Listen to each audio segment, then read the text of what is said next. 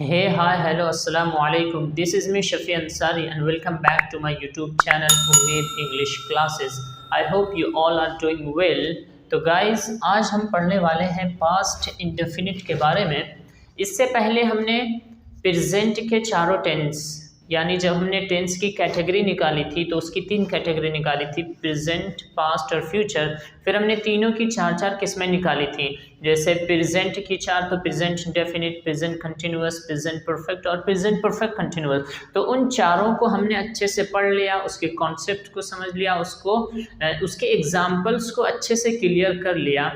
तो अब हम पढ़ने वाले हैं पास्ट के बारे में। तो पास्ट के भी 4 किस्में हैं, past indefinite, past continuous, past perfect और पास्ट परफेक्ट कंटिन्यूअस। तो पहला जो है वो हमारा है पास्ट इंडेफिनिट। तो पास्ट इंडेफिनिट नाम से ही आपको पता चल रहा होगा कि कोई काम पास्ट में हुआ है। तो जी हाँ, आप सही सोच रहे हैं कि कोई काम पास्ट में हुआ और पास्ट में ही ख़त्म, यही पास्ट इंडेफिनिट है। जैसे मैं आपको बोलूँ कि उसने एक नई गाड़ी खरीदी, तुमने झूठ बोला, मैंने एक नज़्म लिखी, उन लोगों ने मेरी मदद की, मैंने अपना बिजनेस शुरू किया।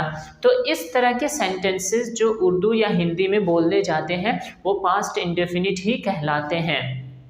इसी तरह अगर मैं आपको बताऊं कि इसको और आप किस तरह से पहचान सकते हैं कि पास्ट इंडेफिनिट को के उर्दू या हिंदी सेंटेंस को हम किस तरह पहचानें, तो आप उसे इस तरह भी पहचान सकते हैं कि जिस भी उर्दू या हिंदी के जुमले के आखिर में या था, ये थी, ये थे, जैसे वो आया था, वो गया था, उसने खाया था, वो सोया था, वो चला गया था, इस तरह, या फिर वो आया, वो गया, उसने खाया, पिया, सोया, उठा, बैठा, नहाया, इस तरह के वर्ड्स अगर जुमले के आखिर में आते हैं तो आप समझ जाएं कि वो पास्ट इंडेफिनिट है। इसी तरह अगर आप इंग्लिश न्यूज़पेपर पढ़ रहे हैं या इंग्लिश टेक्स्ट बुक वगैरह पढ़ रहे हैं तो उसमें आप किस तरह पहचानेंगे कि ये पास्ट इंडेफिनिट का सेंटेंस है। तो आप उसे इस तरह पहचान सकते हैं कि अगर सब्जेक्ट के फ़ौरन बाद वर्ब की सेकेंड फॉर्म वहाँ पे है, सब्जेक्ट के फ़ौरन बाद वर्ब की सेकेंड फॉर्म है, तो आप जान जाएंगे, आप समझ जाएंगे कि वो पास्ट इंडेफिनिट ही है, क्योंकि वर्ब की सेकेंड फॉर्म पास्ट इंडेफिनिट के अलावा पूरे टेंस में कहीं और इस्तेमाल नहीं होता है। तो आप इस तरह पहचान जाएंगे कि वो पास्ट इंडेफिनिट है। इसी तरह आप पास्ट इंडेफिनिट को सिचुएशन से भी समझ सकते हैं। जैसे मैं मेरे दोस्त से मिला और मैंने उससे पूछा कि अरे कल तुम कहाँ चले गए थे, तो उसने मुझे जवाब दिया मैं फ़लाँ जगह गया था। तो मैं फ़लाँ जगह गया था, तो इसको जब हम अंग्रेज़ी में बनाएंगे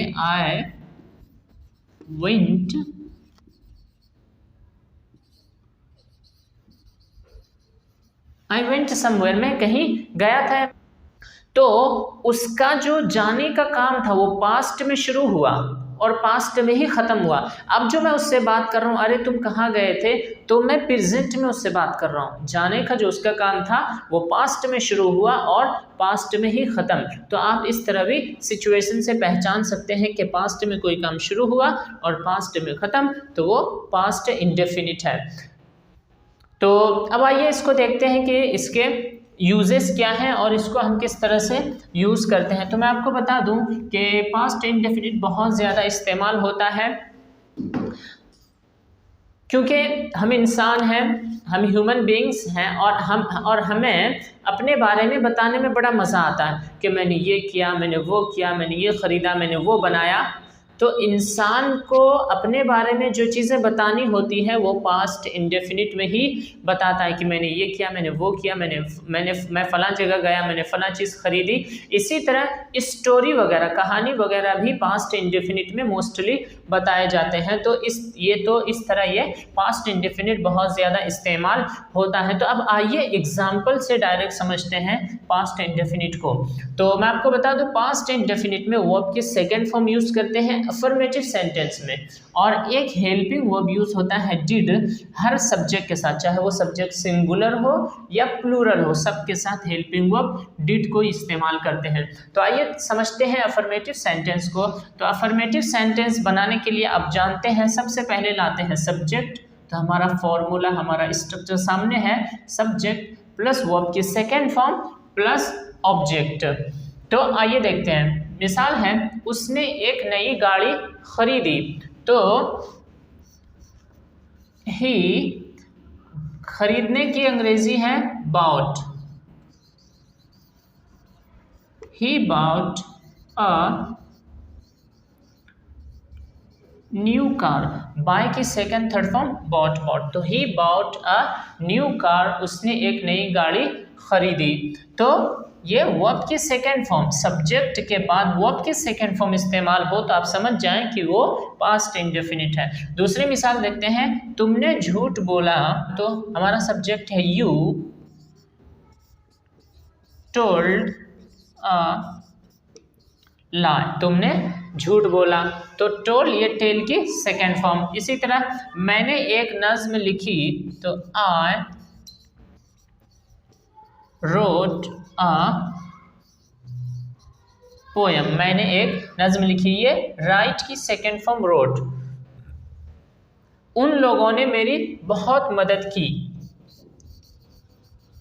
दे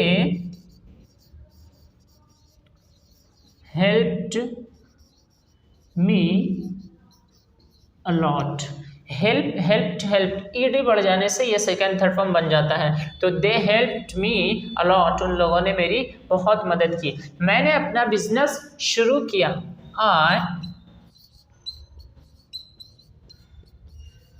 started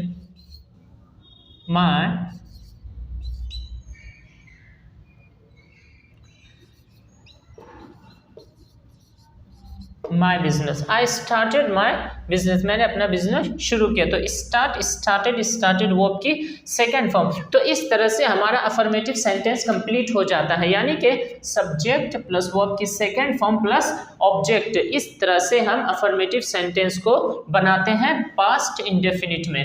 तो आप समझ जाएंगे कि कहीं भी अगर सब्जेक्ट के फौरन बाद वर्ब की सेकेंड फॉर्म आती है तो वो पास्ट इंडेफिनिट का सेंटेंस है। अब आइए इसका निगेटिव सेंटेंस बनाते हैं। तो मैं आपको बता दूं कि निगेटिव सेंटेंस बनाने के लिए हमें हेल्पिंग वर्ब डिड को यूज़ करना पड़ता है। ये एक सिंगल हेल्पिंग वर्ब है जो सिंगुलर सब्जेक्ट हो या प्लूरल सब्जेक्ट हो, दोनों के साथ ये यूज़ होता है। तो नेगेटिव सेंटेंस बनाने के लिए हमें यूज़ करना है डिड को। तो वो आज नहीं आया, एग्जाम्पल देखते हैं, वो आज नहीं आया, he did not come today, he did not come today। आपको यहाँ पे ये ध्यान रखना है कि जैसे ही हम हेल्पिंग वर्ब इस्तेमाल करेंगे डिड साथ में नोट, तो यहाँ वर्ब की फर्स्ट फॉर्म फिर वापस आ जाएगी। चूंकि ये हमारा हेल्पिंग वर्ब डिड ये पहले से ही सेकंड फॉर्म है, ये खुद सेकंड फॉर्म है डू का, तो डू डिड टन, तो ये डू का ऑलरेडी सेकंड फॉर्म है। तो हेल्पिंग वर्ब डिड के आने की वजह से यहाँ जो हमने अफर्मेटिव सेंटेंस में वर्ब की सेकंड फॉर्म लगाई थी, अब वर्ब की सेकंड फॉर्म नहीं बल्कि वर्ब की फर्स्ट फॉर्म यूज करेंगे। तो इतना आपको ध्यान रखना है कि हेल्पिंग वर्ब आने की वजह से वर्ब की फर्स्ट फॉर्म यूज करेंगे। He did not come today, वो आज नहीं आया। मैंने झूठ नहीं बोला, तो I did not tell a lie, मैंने झूठ नहीं बोला। तो हेल्पिंग वर्ब डिड के आने की वजह से वर्ब की सेकंड वर्ब की फर्स्ट फॉर्म टेल। तुमने उसकी मदद नहीं की, you did not help him, तुमने उसकी मदद नहीं की। तो गाइज आपको समझ में आ रहा होगा कि हेल्पिंग वर्ब आने की वजह से वर्ब की फर्स्ट फॉर्म वापस अपनी असली हालत पे आ जाएगी और हम वर्ब की फर्स्ट फॉर्म यूज़ करेंगे। वीडियो में आगे बढ़ने से पहले मैं आपसे गुजारिश करना चाहूँगा कि अगर आपने मेरे चैनल को अभी तक सब्सक्राइब नहीं किया है तो जल्दी से सब्सक्राइब कर लें और वीडियो को लाइक कर दें। और अगर आपने मेरे प्रीवियस वीडियोस को नहीं देखा है जो मैंने जिसमें मैंने स्ट्रक्चर्स और सब्जेक्ट वर्ब ऑब्जेक्ट वगैरह की डेफिनेशन बताई है, फिर मैंने टेंसेस भी उसमें क्लियर किए हैं प्रेजेंट के चारों, तो आप उन वीडियोज़ को भी ज़रूर देखें। तो आइए आगे बढ़ते हैं। उसने अपना काम मुकम्मल नहीं किया, तो he did not complete his work, उसने अपना काम मुकम्मल नहीं किया। मैंने तुम्हें नहीं बुलाया, तो I did not call you। तो ये बहुत ही आसानी के साथ आप इसको इस तरह से बना सकते हैं, अफर्मेटिव सेंटेंस और निगेटिव सेंटेंस। कोई मुश्किल नहीं है। बहुत सारे लोग बताते हैं कि पास्ट इंडेफिनिट ये बड़ा पेचीदा है और बड़ा कॉम्प्लिकेटेड टेंस है, लेकिन आप समझ गए होंगे अब तक कि अफर्मेटिव सेंटेंस बनाने के लिए सब्जेक्ट वर्ब की सेकेंड फॉर्म, निगेटिव बनाने के लिए subject helping verb did plus not और उसके बाद वर्ब की फर्स्ट फॉर्म। तो ये कौन सा मुश्किल है? कोई मुश्किल नहीं है, बहुत ही ईजी है और आप आसानी के साथ इसके बहुत सारे जुमले बना सकते हैं। तो गाइस अभी हमने पास्ट इंडेफिनिट के अफर्मेटिव और नेगेटिव सेंटेंस को अच्छे से समझ लिया कि उसको किस तरह से बनाते हैं। तो आइए अब इंट्रोगेटिव सेंटेंस देखते हैं, क्योंकि ये भी यूज होता है। तो आइए मिसाल से उसको समझते हैं कि किस तरह से इंट्रोगेटिव बनाते हैं। तो आप जानते हैं कि अगर हमारा इंट्रोगेटिव ऐसा है जिसका जवाब हम यस या नो में दे सकते हैं, तो वो हेल्पिंग वर्ब से शुरू होता है। तो आइए बनाते हैं, क्या उन लोगों ने तुम्हारी मदद की? तो ये ऐसा इंट्रोगेटिव सेंटेंस है जिसका जवाब यस या नो में दे सकते हैं, तो हम हेल्पिंग वर्ब से इसको शुरू करेंगे। तो हेल्पिंग वर्ब हमारा क्या है? तो हेल्पिंग वर्ब है डिड। तो बनेगा कुछ इस तरह से, did they